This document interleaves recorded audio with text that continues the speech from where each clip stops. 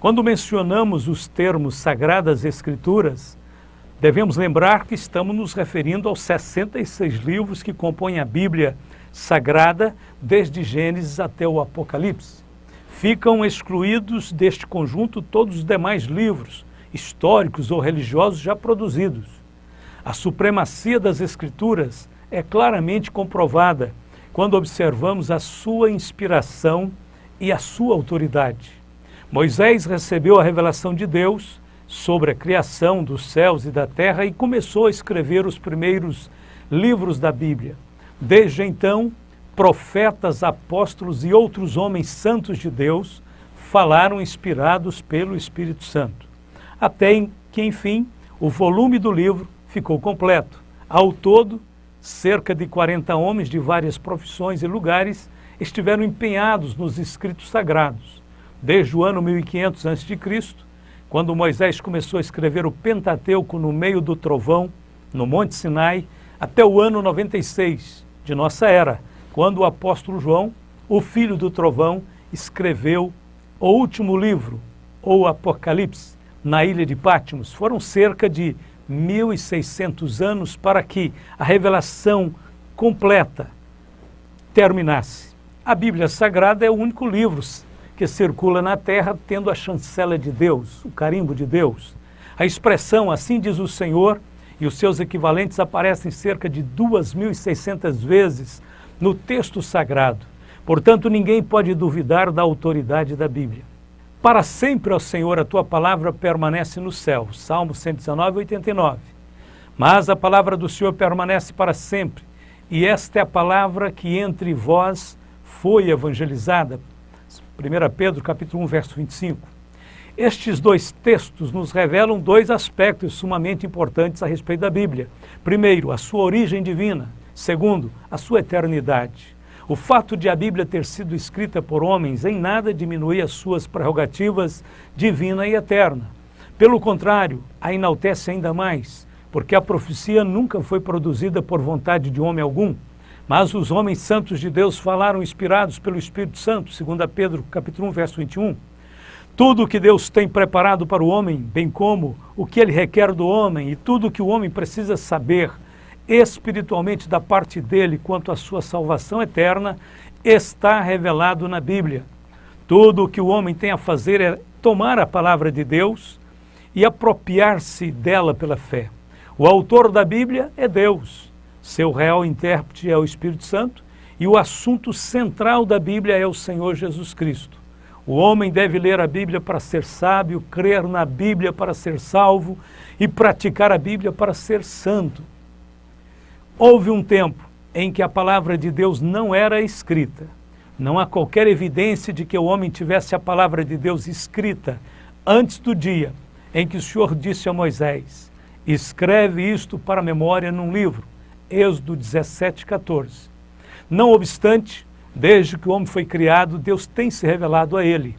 Em todo o tempo e em todos os lugares existem os sinais reveladores da existência de Deus.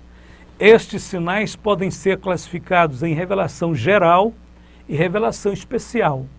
Dentro da revelação geral temos, primeiramente, a criação do universo, que aponta para o sábio e glorioso Criador. Os céus manifestam a glória de Deus e o firmamento anuncia as obras de suas mãos. Salmo 19, verso 1.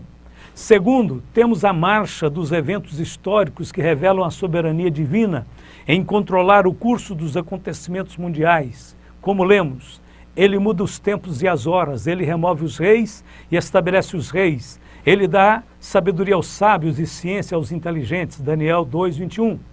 Terceiro, a constituição humana demonstra que o homem foi criado segundo o modelo divino, trazendo sobre si a imagem e a semelhança do seu Criador. Somente o ser humano possui autoconsciência, poder de decisão e vida espiritual. Revelação especial. Inicialmente, Deus fez a sua vontade conhecida verbalmente de uma maneira direta e pessoal, como fez com Adão, Gênesis 2,16, com Caim, Gênesis 4,6, com Noé, Gênesis 6,13, com Abraão, Gênesis 12,1, com Isaac, Gênesis 26, 21, com Jacó, Gênesis 28:13, com Jó, capítulo 40, verso 1. Todos estes personagens viveram antes da revelação escrita, mas mesmo assim possuíam um conhecimento de Deus. De Abraão é dito: porquanto Abraão obedeceu à minha voz e guardou o meu mandado e as minhas leis. Gênesis 26, verso 5. Tal era o conhecimento que Abraão tinha do Senhor e de suas leis, bem antes da entrega da lei no Monte Sinai. A revelação especial de Deus foi manifesta por dois meios específicos. Primeiro, a palavra escrita, a Bíblia. Segundo, a palavra viva, a pessoa de nosso Senhor Jesus Cristo. A Bíblia diz: havendo Deus antigamente falado muitas vezes e de muitas maneiras aos pais pelos profetas, a nós falou-nos nestes últimos dias pelo Filho. Hebreus capítulo 1, verso 1.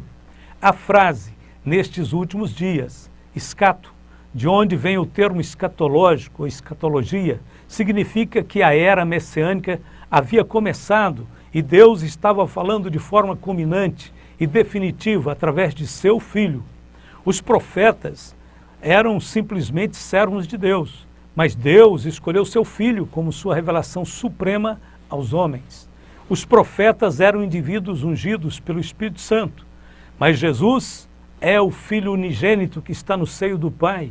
Os profetas eram mensageiros de Jeová. Jesus é a própria mensagem viva de Deus. Os profetas trouxeram a revelação de Deus em parte, mas Jesus, sendo a própria encarnação da graça e da verdade, reveladora de Deus, trouxe a sua revelação na medida completa. A revelação de Cristo é superior, não só porque veio por último ou no final de uma era, mas por causa do caráter transcendental da pessoa, do grau, da posição e da autoridade daquele por meio do qual veio esta revelação. Sobre a palavra escrita, Jesus declarou: examinai as Escrituras, porque vós cuidais ter nelas a vida eterna, e são elas que de mim testificam. João 5,39. A lei do Senhor é perfeita e refrigera a alma. O testemunho do Senhor é fiel e dá sabedoria aos simples. Salmo 19, verso 7. Todas as seitas heréticas tiveram início com o abandono das Sagradas Escrituras. É um grave erro colocar outros livros em pé de igualdade com a Bíblia. A célebre frase sola Scriptura, advinda da Reforma Protestante, resume tudo: somente a Bíblia. Sola Scriptura indica a inspiração, autoridade, suficiência, infabilidade e inerrância das Escrituras. Significa que somente a palavra de Deus deve ser identificada como regra de fé e prática da Igreja. Os reformadores acreditavam que a autoridade das Escrituras não dependiam do testemunho de qualquer homem, ou mesmo da Igreja, mas unicamente do próprio Deus, o seu autor. Esse conceito contrastava diretamente com a teologia da Igreja medieval. Naquela época, a autoridade papal, a tradição e as decisões dos concílios possuíam autoridade equiparável às Escrituras. Todavia, apenas a Bíblia é a revelação especial de Deus e de sua vontade ao homem. A Igreja não pode permitir que a cultura e os costumes da sociedade determinem a sua conduta e crença. Se a autoridade bíblica for negligenciada, haverá um rápido enfraquecimento da consciência cristã e a Igreja será esvaziada de sua integridade moral e espiritual. Somente as Escrituras podem nos libertar dos hábitos mundanos. Somente as Escrituras podem nos dar o discernimento correto da vontade de Deus. A Bíblia, portanto, precisa ser ensinada, pregada e diariamente reafirmada na Igreja. Não é a minha palavra como fogo, diz o Senhor, e como um martelo que esmiuça a penha? Jeremias 23, 29. Todo pregador que considera um ministro verdadeiramente do Espírito Santo deve confiar no poder da palavra de Deus. Somente a palavra de Deus pode desnudar o coração do pecador, fazendo-o curvar diante da presença santa do Salvador. Porque a palavra de Deus é viva e eficaz, e mais penetrante do que qualquer espada de dois gumes, e penetra até a divisão da alma e do espírito, e das juntas e medulas, e é apta para discernir os pensamentos e intenções do coração. e não há criatura alguma encoberta diante dele. Antes, todas as coisas estão nuas e patentes aos olhos daquele com quem temos de tratar. Aos Hebreus 4, versos 12 e 13. Somente a palavra de Deus pode derrubar as fortalezas espirituais que fazem oposição ao conhecimento divino. Porque andando na carne não militamos segundo a carne, porque as armas da nossa milícia não são carnais, mas sim poderosas em Deus para a destruição das fortalezas, destruindo os conselhos e toda altivez que se levanta contra o conhecimento de Deus e levando cativo todo o entendimento à obediência de Cristo. Segundo aos Coríntios 10, versos de 3 a 5. Quando tentado no deserto, o próprio Cristo derrotou Satanás, usando o poder da palavra de Deus. Pelos teus mandamentos alcancei entendimento, pelo que aborreço todo o falso caminho. Lâmpada para os meus pés é tua palavra e luz para o meu caminho. Salmo 119, versos 104 e 105. O propósito central da Bíblia é tornar o homem justo e santo para Deus, por meio da redenção que há em Cristo Jesus. Nenhum outro livro é capaz de falar ao mesmo tempo a todos os moradores da terra. Nenhum outro livro se mantém relevante por tanto tempo como a Bíblia. Milhares de pessoas, no decorrer dos tempos, testificam do poder transformador da Bíblia em suas vidas. Pessoas dantes incrédulas, descrentes, indiferentes, eram materialistas, decaídas, escravas do pecado, dos vícios, das superstições e do medo. Porém, depois que abraçaram e creram na palavra de Deus, foram influenciadas e transformadas em novas criaturas. Se tornaram pessoas cheias de alegria, libertas, felizes, cheias de esperança. A Bíblia é conhecida pelo caráter que ela molda. Nenhum outro livro tem tal poder de transformar pessoas e influenciar nações para o bem. Até os inimigos da Bíblia reconhecem que nenhum outro livro em toda a história da humanidade teve tamanha influência para o bem. E todos reconhecem seu efeito sadio sobre as civilizações. Existe uma grande diferença entre aqueles que amam e praticam os ensinos da Bíblia e os que a recusam. É a Bíblia o modelador do verdadeiro caráter. Seus ensinos simples e ao mesmo tempo profundos são os verdadeiros guias de qualquer moço, de qualquer rapaz para uma vida bem-sucedida e feliz. É a Bíblia que nos faz diferentes de todos os demais povos da terra. Através de seus ensinos, conhece-se a verdade que liberta. Através de seus ensinos, os velhos hábitos são vencidos. Através de seus ensinos, somos revestidos do novo homem, que segundo Deus é criado em verdadeira justiça e santidade. Dessa forma, o compromisso inegociável da igreja deve ser de fidelidade e propagação da mensagem bíblica para a salvação e libertação dos pecadores.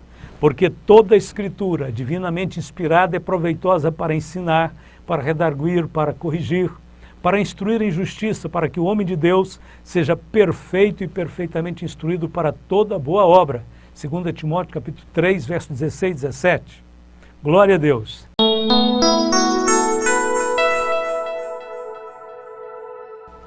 Primeiro, o tempo não afeta a Bíblia. A Bíblia é o livro mais antigo do mundo e, ao mesmo tempo, o mais moderno. Em mais de 21 séculos, nunca precisou ser atualizada.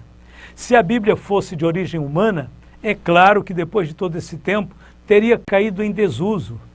Embora esteja cheia de fatos antigos, dentro de suas histórias existe uma mensagem atualíssima, direcionada ao coração de cada ser humano.